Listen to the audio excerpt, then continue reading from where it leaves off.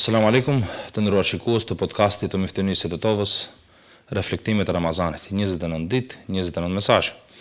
Muaji Ramazanit është edhe muaji i Kur'anit, familjarët. Është muaji i ibadeteve të ndryshme dhe në veçanti muaji ku zbriti libri i fundit dhe më i mirë i të gjithë librave Kur'ani, familjarët. Andaj sot do të flasim në veçanti për këtë temë, domethënë vlerën e Kur'anit në jetën e besimtarit dhe rëndësia e nxënjes së tij përmendsh. Të nderuar vëllezër dhe motra, mysafir të sotshëm e kemi Hafizin, hoxhën e nderuar Abdul Baki Efendi Kasami. Një herë ishte imam i xhamisë së Larmën në Tetov apo xhamisë së Pashës për 4 dekada dhe tashmë drejtor i Institutit të Hifzit dhe drejt leximit pranë Muftinisë së Tetovës. Hoxhë nderuar, asalamu alaikum dhe mirë se erdhët në këtë podcast. Wa alaikum salam wa rahmatullahi wa barakatuh. Mirë se u gjetë. Allah ju shpërblet që ndajtë të kohë të jeni këtu.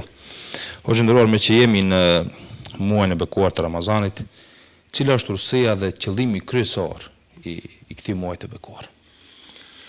Alhamdulillahi alladhi hadana li hadha wa ma kunna linahtadiya lawla an hadana Allah. Rabbi shrah li sadri wa yassir li amri wahlul 'uqdatan min lisani yafqahu qawli. Wassalatu wassalamu ala rasulina Muhammadin wa ala alihi wa sahbihi ajma'in. يقول الله تبارك وتعالى في كتابه الكريم: أعوذ بالله من الشيطان الرجيم بسم الله الرحمن الرحيم يا أيها الذين آمنوا كتب عليكم الصيام كما كتب على الذين من قبلكم لعلكم تتقون صدق الله العظيم. الله جل جلاله në këtë ajet kuranor thot: O ju besimtar, është bërë obligim për ju agjerimi, që ju nëpërmes agjerimit të bëni të devotshëm, të bëni tekvali. Pra agjerimi është një lloj ibadeti, është për një pushteve sharteve të Islamit. Pra besimtarët e madhrojnë, adhurojnë Allahun xhalla xhelaluhu me agjerim, me namaz, me leximin e Kuranit, me therrjen e kurbanëve, me haxh, me të gjitha kushtet e sharteve të Islamit.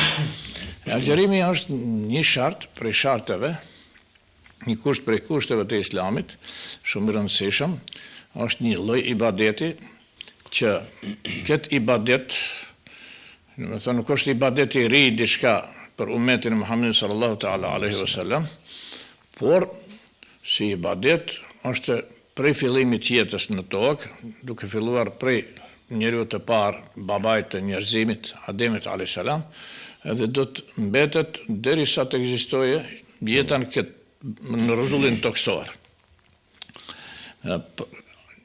La'allakum tattaqun, që ju të bëheni të devotshëm. Çka do të thotë tattaqun? Takva është personi i cili mbrohet. Si mbrohet? Mbrohet duke i zbatuar farzet, obligimet që kemi ne, që na ka urdhëruar Allahu xhalla xhelaluhu me argumente të prera, ato janë farzet, pastaj vazhipet edhe sunetet, praktikën e pejgamberit sallallahu alaihi wasallam, edhe duke u larguar nga të gjitha veprat të cilat Allahu xhalla xhelaluhu na i ka ndaluar. Kështu njeriu mbrohet, bëhet i devotshëm, mbrohet nga dënimi, shpërblehet tek Allahu xhalla xhelaluhu me xhennet që Allahu xhalla xhelaluhu ka krijuar për besimtarët e vërtet. Pra agjerimi është një prej ibadeteve shumë të rëndësishme, ku ati nuk depërton asria, do të nuk bëhet për emën apo për diçka tjetër, për shkak se është e punë fsheft, edhe për atë edhe vlerësimi. Allahu xhalla xhelaluhu thot: "Ana ajzibi", ai vetëm madhria Allahu xhalla xhelaluhu e din se sa është shpërblimi për agjerimin. Shumë e rëndësishme është për të qenë njeri i devotshëm, pra çdo punë që ne e bëjmë duhet ta bëjmë për hir të Allahu xhalla xhelaluhu, jo për diçka tjetër. Të agjerimi nuk ka dëni diçka që mund të futet aty për emën apo për ria, por të agjerimi mund të ndodhë diçka tjetër që njeriu e kupton ashtu që e merr gjatë Ramazanit, mund të bëhet nervoz, mund të shqetësohet. Kjo është e kundërta e asaj që kërkohet. Pra kërkohet për agjerimit që njeriu të bëhet i urtë, i qetë, i durueshëm, mund të përballoj vështirësitë, të bëhet të i gatshëm për të përballuar me sfida, me vështirësi, ashtu si ka ndodhur kohën e pejgamberit sallallahu alaihi wasallam. Dhe ato nuk kanë anku se unë jam agjërueshëm ose më fol, ose të bëhet nervoz, ose të shkoj në shtëpi të bërtas, ose të folje familjes, ose të folje gruas, ose aso. Po përkundrazi në Ramazan, besim pejgamberi sallallahu alaihi wasallam, me ato kushtet e asaj kohe, jo sigurisht sot me këto kushtet që sot ka edhe ushqime, edhe mjete, edhe teknologjia në kulminacion, por atëherë me ato kushte që kanë qenë muslimanët, atëherë kanë qenë të uritur, më thonë kanë qenë të shpërngulur, sa janë shpërngulur prej Mekës për Medinë, kanë qenë në kushte shumë të vështira.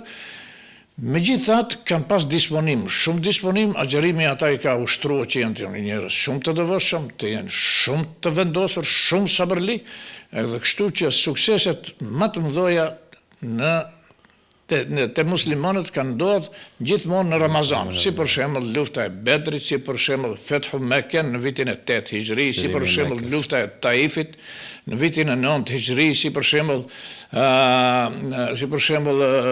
çlirimi i Andaluzisë në Ramazan, si për shembull në lufta e Salahuddin Ayyubit kundër kryqëzatave për çlirimin e Kudusit, e kështu me radhë, do të thonë, sukseset më të mëdha janë arritur në Ramazan, dhe për atë ne duhet ta shfrytëzojmë që ne të bëhemi të urtë, të qetë, të vendosur në zbatimin e ligjeve të Allahu xhallahu, në zbatimin e sharteve, kushteve të Islamit, e jo të bëhemi nervoz për shkak se ne jemi agjërueshëm.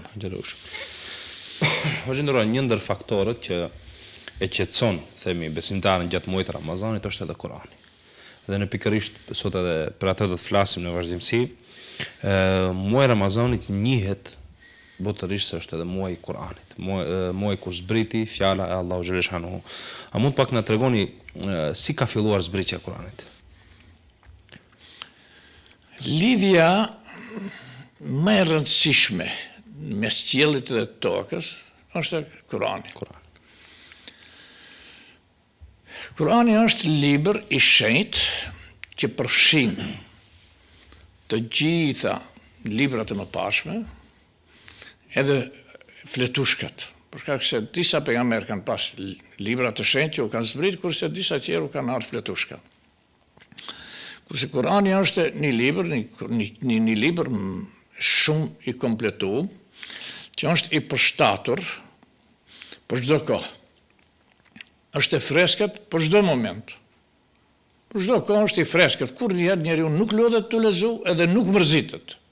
Për unë nëse, më thonë, kjo nuk do të me doni libër tjetër.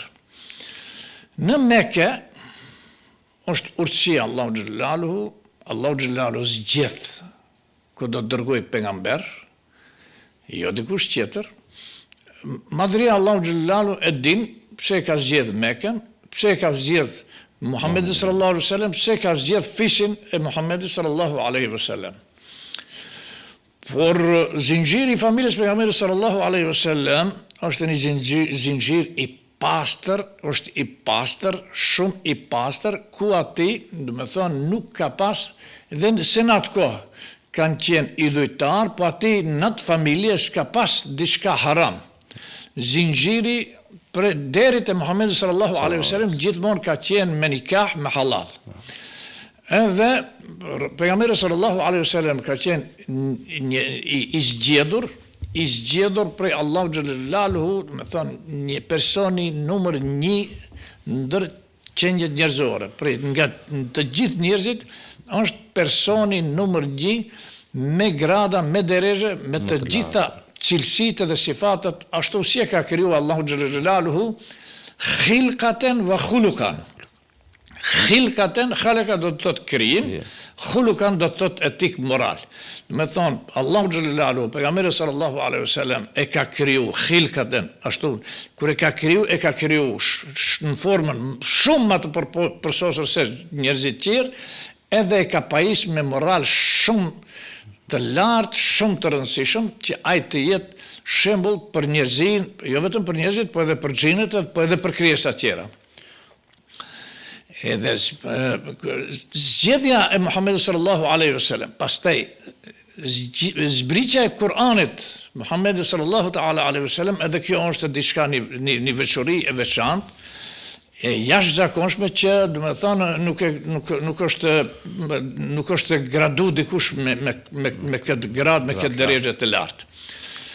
Pra, Allahu xhalla xhelaluhu ka zgjedh Mekën, atje ka zgjedh fisin Bani Hashim, atje ka zgjedh prej atij fisit e ka zgjedh Muhammedin sallallahu ta'ala alaihi wasallam.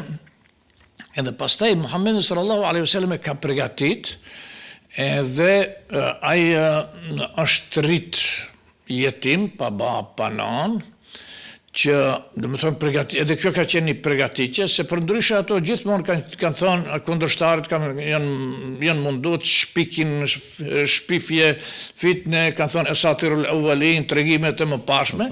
E kështu që Allahu xhalla xhelaluhu në praktik i tregon njerëzimit, i tregon se ky ka lind, ka qenë nën përkujdesjen e Allahu xhalla xhelaluhu pastër, nuk i ka pas babën, se ka pas nënën. Nuk ka pas kusht të mësoje, nuk dihet se ka shku dikun të mësoje, po edhe po sikur të kishte mësu dikun të kishte shku në ndonjë vend, askush nuk ka ditë, jo në atë kohë, po sot në këtë kohë, kur shkenca është kulminacion, po megjithatë prap Kurani është temeli, baza është e Kurani, prap askush, edhe sot e kësaj dite të bëhen të gjithë njerëzit, të gjithë xhinët të thonë një pjesë si Kurani se ne thonë, që është mrekulli mu'xhize. Edhe të gjitha përgatitjet janë bën, 40 vjet pejgamberi sallallahu alaihi wasallam ka jetu, askuj nuk i ka thonë se është i dërguar pejgamber, askuj nuk i ka thonë kurrë, vetëm se gjatë jetës së tij, në shembulltyrën e tij, ky është tregu, asnjëherë ky nuk ka bënë gabim, e ka adhuruar Allahu xhallalu në dinin Islam, në dinin e Ibrahimit alayhis salam, dinin e Hazreti Isës, për shkak se feja është e një në tokë, nuk ka më shumë fe. Me thënë, fe e vërtet është e një, inë dina inda Allahi l-Islam, vetëm feja Islama është e vërtet. Pejgamberi sallallahu ta'ala alaihi wasallam i ka bëj ibadet, edhe se s'ka pas në Mekë, tjerë, po ai ka bëj ibadet, Allahu xhallaluhu, dinin Islam, dinin e Ibrahimit alayhis salam, Allahu xhallaluhu për Ibrahimin alayhis salam ka thonë, ma kana Ibrahimu yahudiyan wala nasraniyan walakin kana hanifan muslima. Ai nuk ka qenë Ibrahimi alayhis salam as në dinin e jehudive, as të krishterëve, po ka qenë Hanif që ka anu gjithmonë ka e vërteta dhe ka qenë muslim, ka qenë besimtar i devotshëm, këtë më thonë është baba i të gjithë pejgamberëve. Edhe kështu e ka zgjedhur Allahu xhallalu Muhammedin sallallahu alaihi wasallam, por kur është afru moshës 40 vjeçare pejgamberi sallallahu alaihi wasallam nuk ka mund të përballojë jetën aty në Mekë, se si, më thonë, aty ka qenë zullumi i madh, shirki i madh, qabja ka qenë mbushur me idhuj, edhe ka qenë padrejësi e madhe, ka qenë amoraliteti i madh. Periudha më e errët. Periudhë e vështirë, edhe ai ka filluar të largohet, ka filluar të shkojë në shpellën Hira, atje është në periferi të Mekës, kurse tash është me thënë ai vendi është pjesë e Mekës, për shkak se është zgjeruar Mekka. Edhe prej atij pejgamberi sallallahu alaihi wasallam ka bëj ibadet, ai ka bëj ibadet Allahu xhalla xhelalu, edhe prej atij tanë kohën ka imitu se si duhet shpëtohet ai vend, Mekka, si duhet shpëtohet, si duhet kur ta liset. Edhe pastaj kur i plotson 40 vjet, Allahu xhalla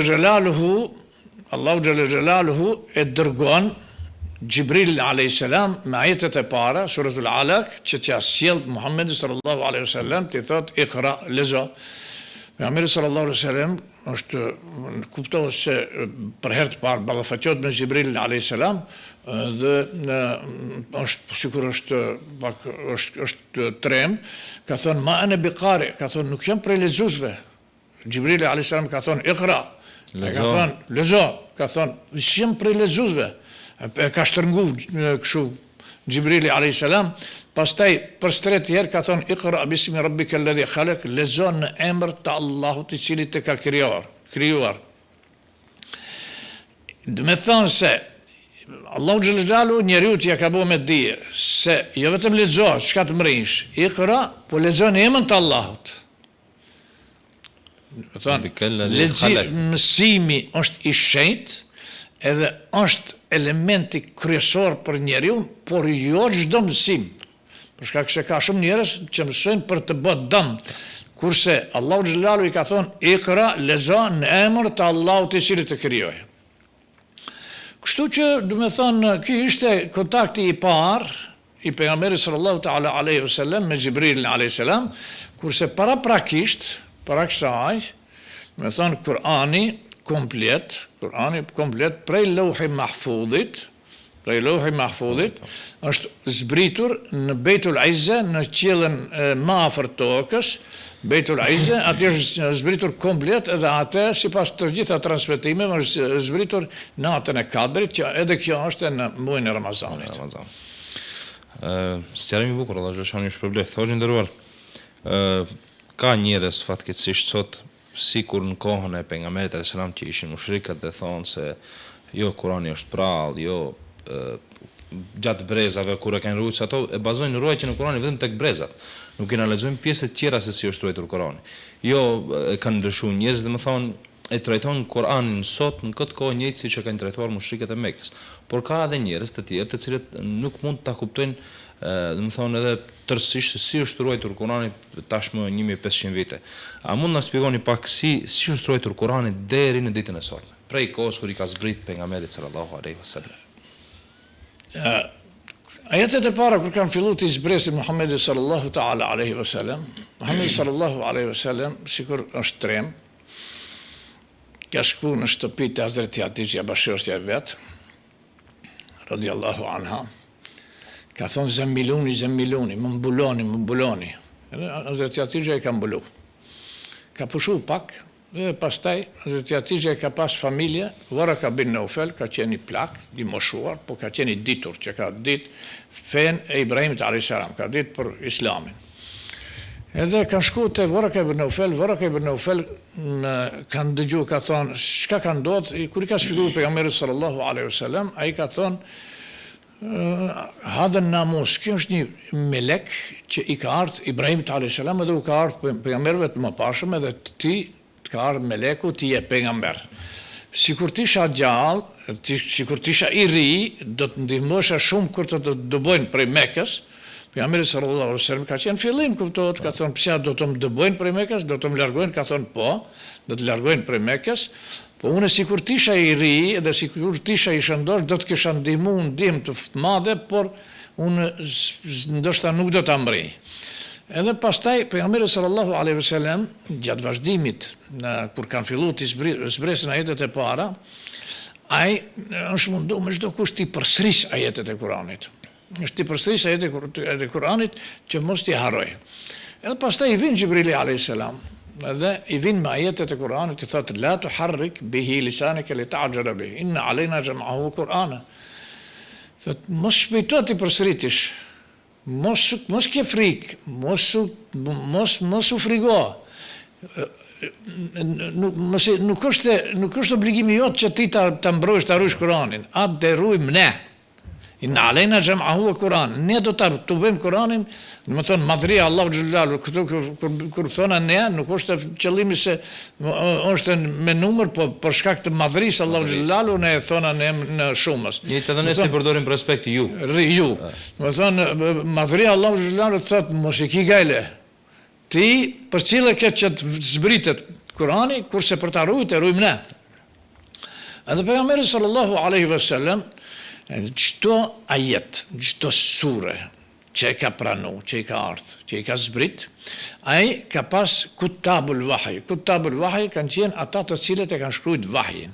Kanë shkruajtur në për lëkura, në për metodat e asaj kohe, kanë qenë të ndryshme, kuptohet se nuk kanë qenë sikur metodat e sotshme.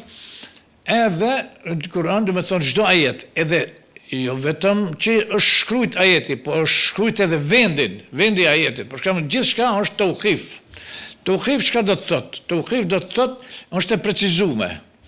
Jo, do të thonë këtë ajet devem këtu apo këtë ajet devem këtu. Por Xhibrili alayhis salam kur ja ka sjell pejgamberit sallallahu alaihi wasallam, Shpallje.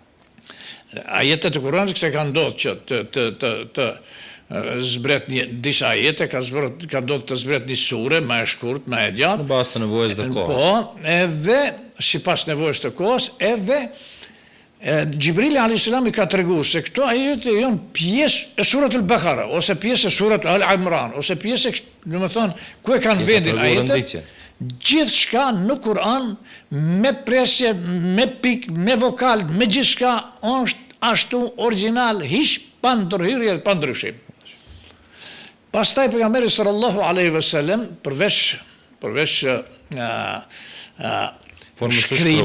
shkrimit, por sahabët të ri edhe të moshuar, të gjithë janë angazhuar, veç mu kanë fillu për të mësu Kur'anin përmjeç. Edhe kështu që Kur'ani si është rujt me shkrim, është rujt edhe me memorizimin e njerëzve, është rujt në trunin e njerëzve, me thonë me miliona hafiza ka në botë, që sa herë që kanë tentu, për shkak se dihet se librat e mëparshme kanë ndërhyrje, ka fut njeriu dorë dhe kanë bërë ndryshime, edhe për Kur'anin janë mundu që të bëjnë ndryshime, edhe është e ditur se në Afrikë dhe shumë vende janë mundu shpërndajnë Kur'ana që kanë, do me thonë, tregohet se një pjesë të madhe të Afrikës që kanë shpërnda Kur'ana vetëm një fjalë të vogël ja kanë hek, me thonë, që ku thotë Allahu Xhelaluhu wa man yabtaghi ghayra al-islami dinan fala yuqbala minhu ghayra, do me thonë, që thotë kush e ndjek një fe, një besim, një ligj, se din vjen edhe në kuptimin e ligjit. Do me thonë, din është fe, është besim, po është edhe ligj. Edhe këtë kemi në surën Jusuf, kur flet për Hazret Jusufin, ma kana liyakhudha për prindët edhe për familjen e vet, fi dinil meliki, do me thonë, që vjen në kuptimin e ligjit, e sistemit, pushtetit. Do me thonë, pejgamberi sallallahu alaihi wasallam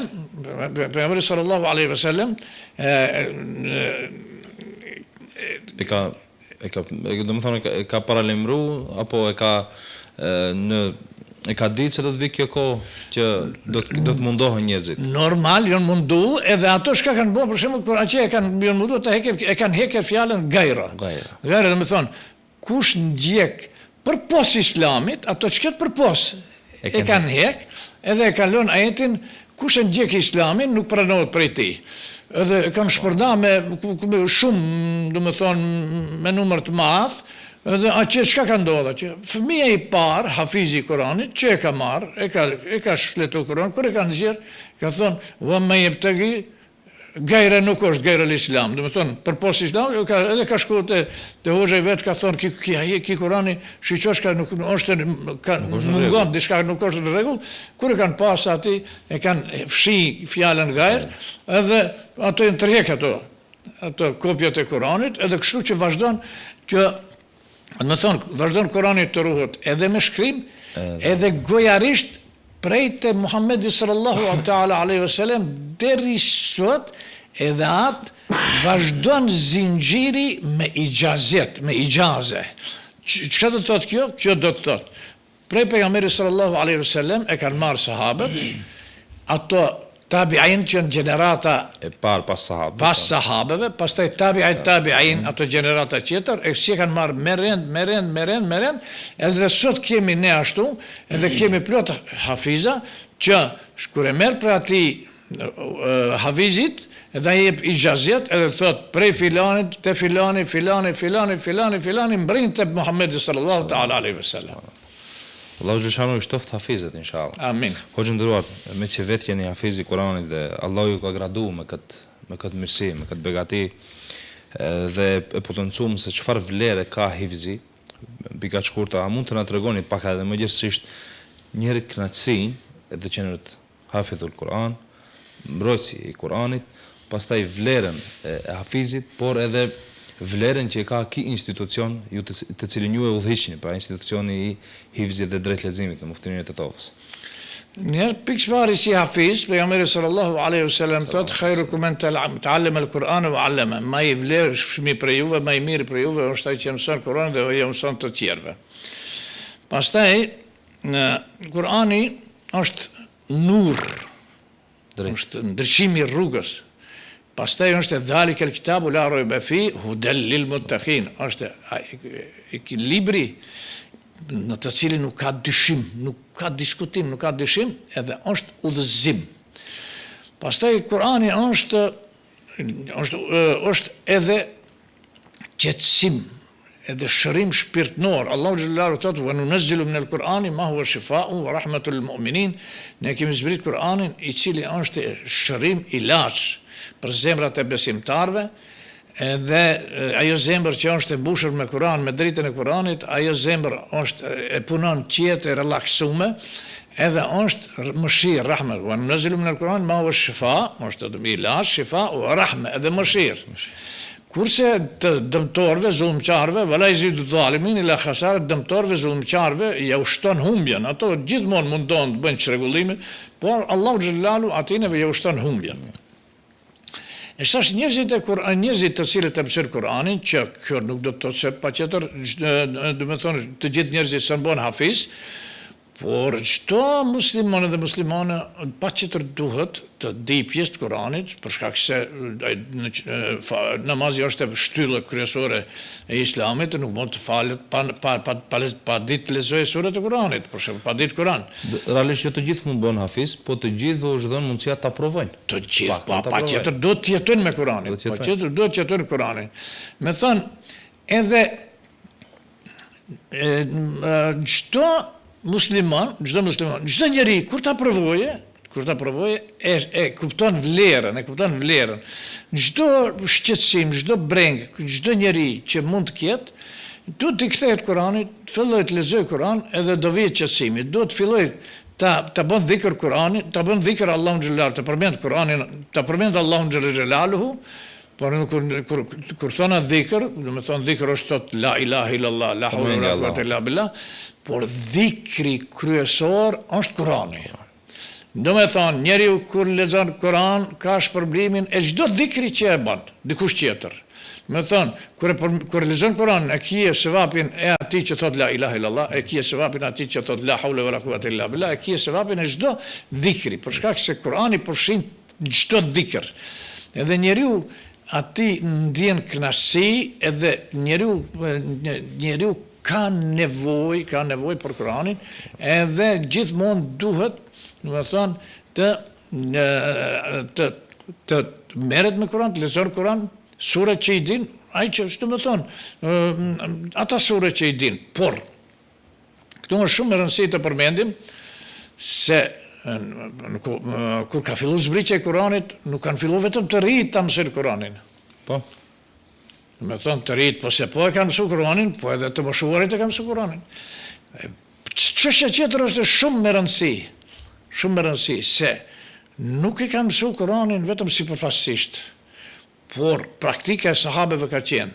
Për shembull, i kanë mësuar 10 ajetet Kuranit përmendsh. Në moshë kanë qenë në moshë.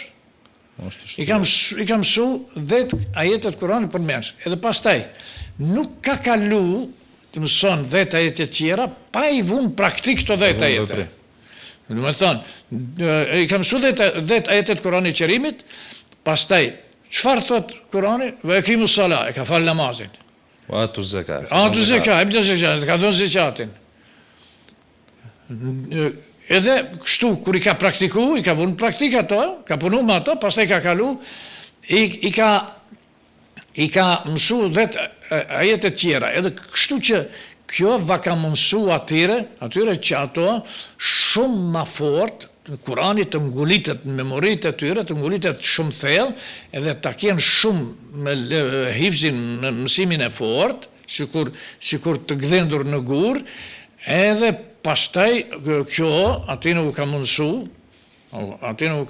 që edhe praktikën ta kenë të fort, edhe ndihmën Allahu xhallahu, për shkak se gjithmonë kanë qenë të lidhur me Kur'anin, kur është njeriu i lidhur me Kur'anin, është i lidhur me Allahun xhallahu, edhe për atë, më thon, mbasi i kanë dhënë këto sprovat, i kanë kalu këto sprovat, edhe prej asaj gjendjes që kanë qenë të ndjekur, të torturuar, në vinë lufta e Bedrit, edhe se kanë qenë pakicë dhe me kushte shumë të vështira, Po ka ardhi fitore e madhe që është kthy për në drejtim në favor të muslimanëve e gjithë komplet dunjoja është kthy në favor të këtyre. Është nderuar, këto begati që i ka të qenurit hafidh apo hafiz si që themi ne mundësinë e kemi edhe në Tetov, te Instituti i Hifzit. A mund ta flisni pak për Institutin e Hifzit?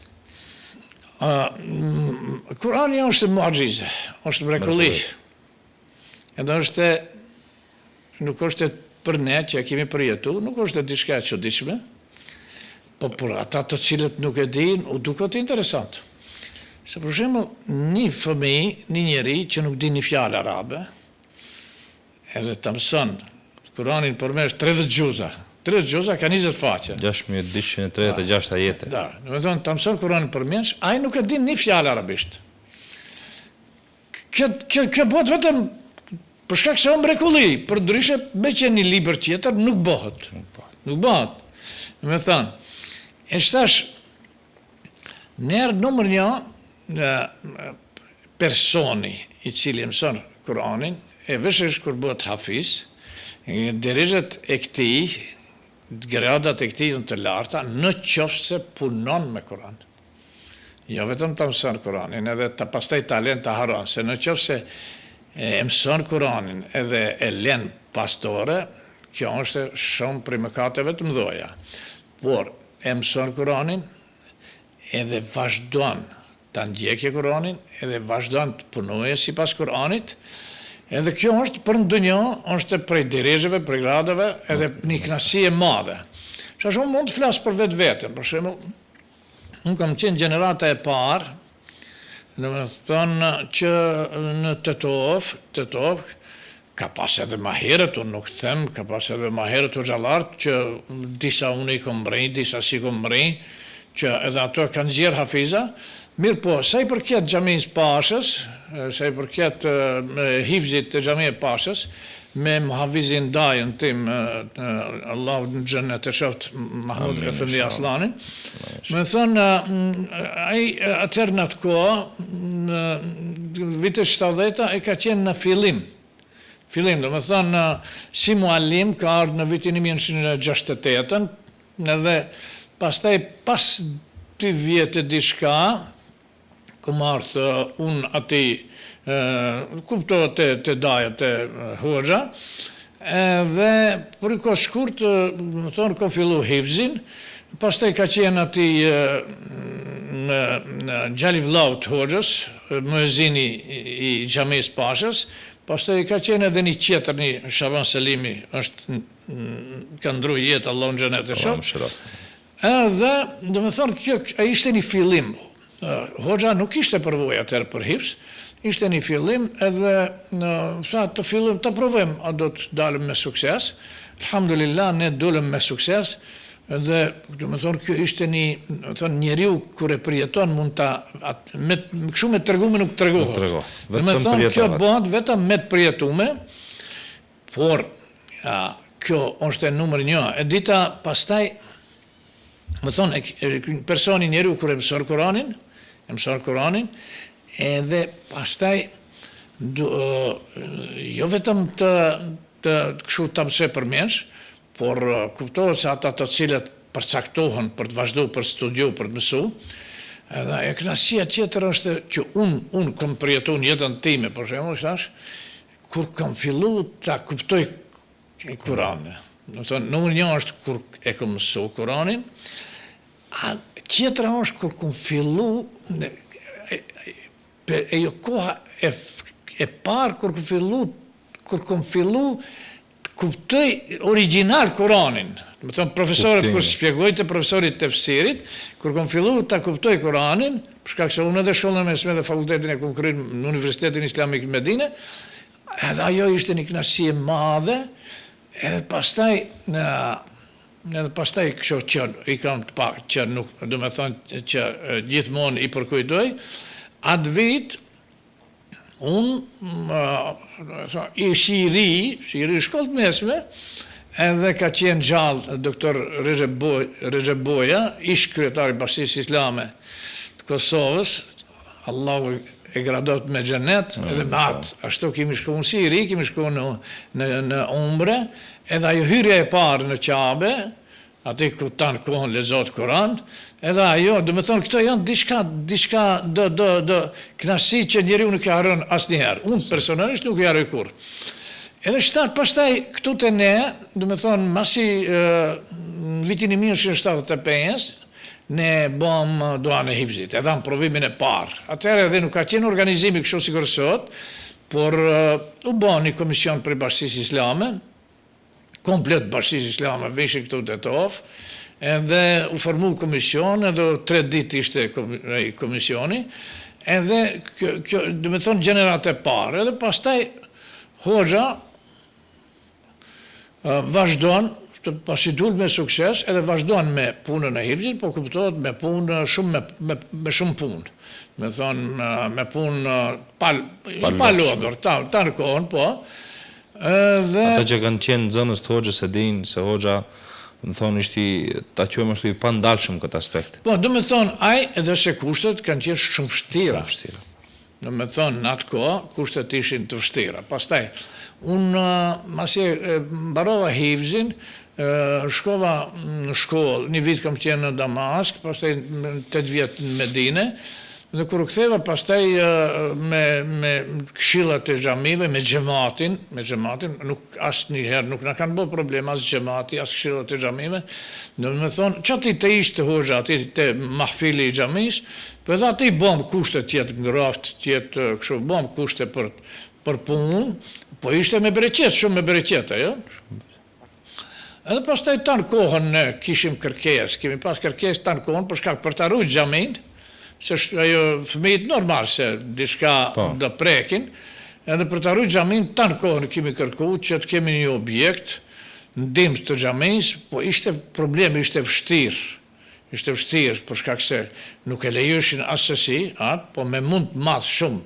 Unë si imam, me këshillën e xhamis, me xhamat, me funksionarët e xhamatit tonë, edhe qytetit tonë, edhe arritëm deri aty sa që të ndërtohet vendi, ku aty, edhe do të thonë tanë kohën ne kemi përsëri se kemi nevojë, me institucione me të gjitha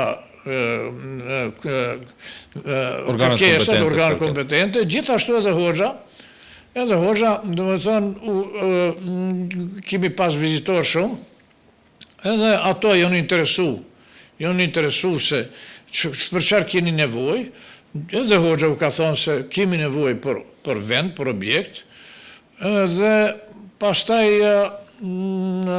Allahu xhallalu e bën nasip, që të ndërtohet mektebi, apo sot ku është institucioni i hifzit, aty është edhe institucioni i hifzit, edhe mektebi i xhamis, aty ku, do të thonë,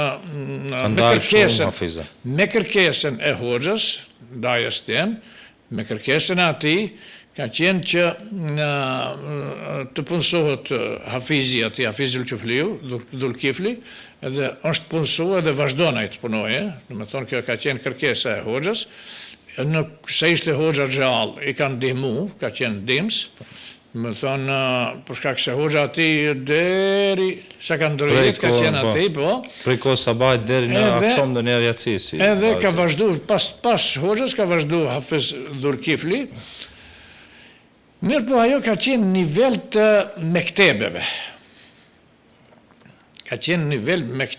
Nuk ka qenë në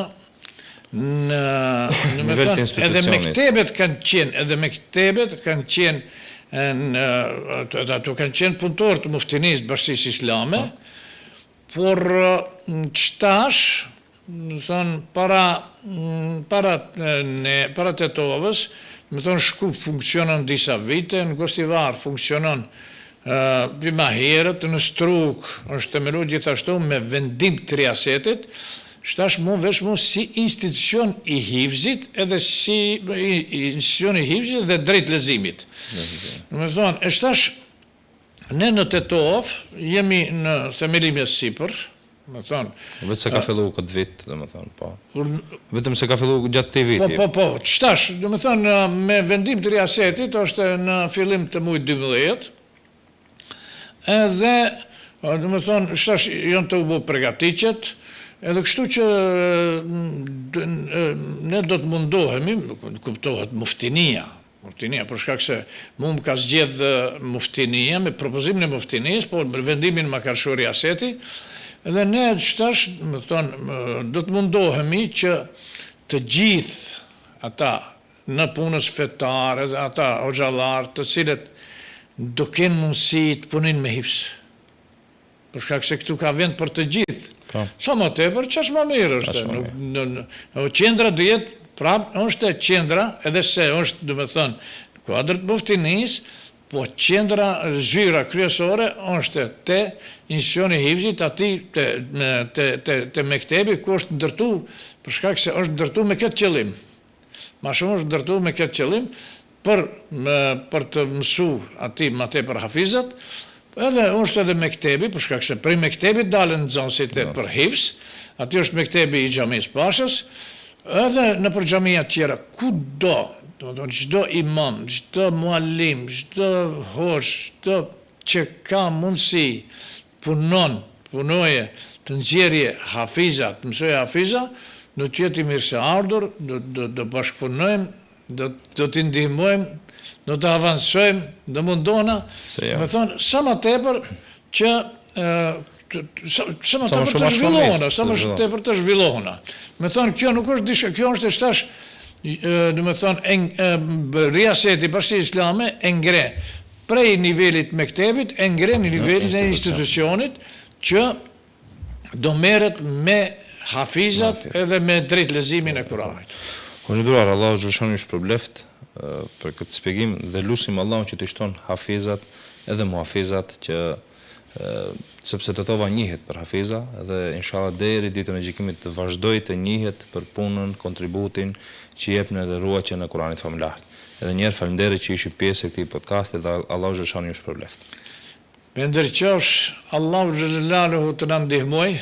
Amin, amin inshallah. Gjithmonë në rrugë të khairit. Amin inshallah. Të na udhëzoj. Amin inshallah. Të na jep mundësi, fuqi, të vazhdojmë deri në momentin e fundit të jemi në rrugë të Allahut, në shërbim të Kuranit, në shërbim të dinit, besimit të vërtet, dinit Islam. Amin inshallah. Amin inshallah. Të nderuar shikues, Tetova është vend i hafizëve dhe duhet të vazhdojë të mbetet e tillë. Për të vazhduar të mbetet e tillë duhet kontributi joni i përgjithshëm, kontributi i hoxhallarëve tanë, kontributi i muhafizëve tanë, por edhe kontributi i prindërve që t'i japin Tetovës një hafastëri. Andaj të nderuar prindër, jepni Tetovës sa më shumë hafiza, jepni Tetovës sa më shumë mbrojtës të Kuranit dhe jepni familjarëve tuaj dhe familjeve tuaj një gradë apo një bilet për në xhennetet e Allahu xhaleshanuhu. Deri në podcastin e ardhshëm, ju lëm në mëshirën e Allahu xhaleshanuhu. Asalamu alaykum wa rahmatullahi wa barakatuh.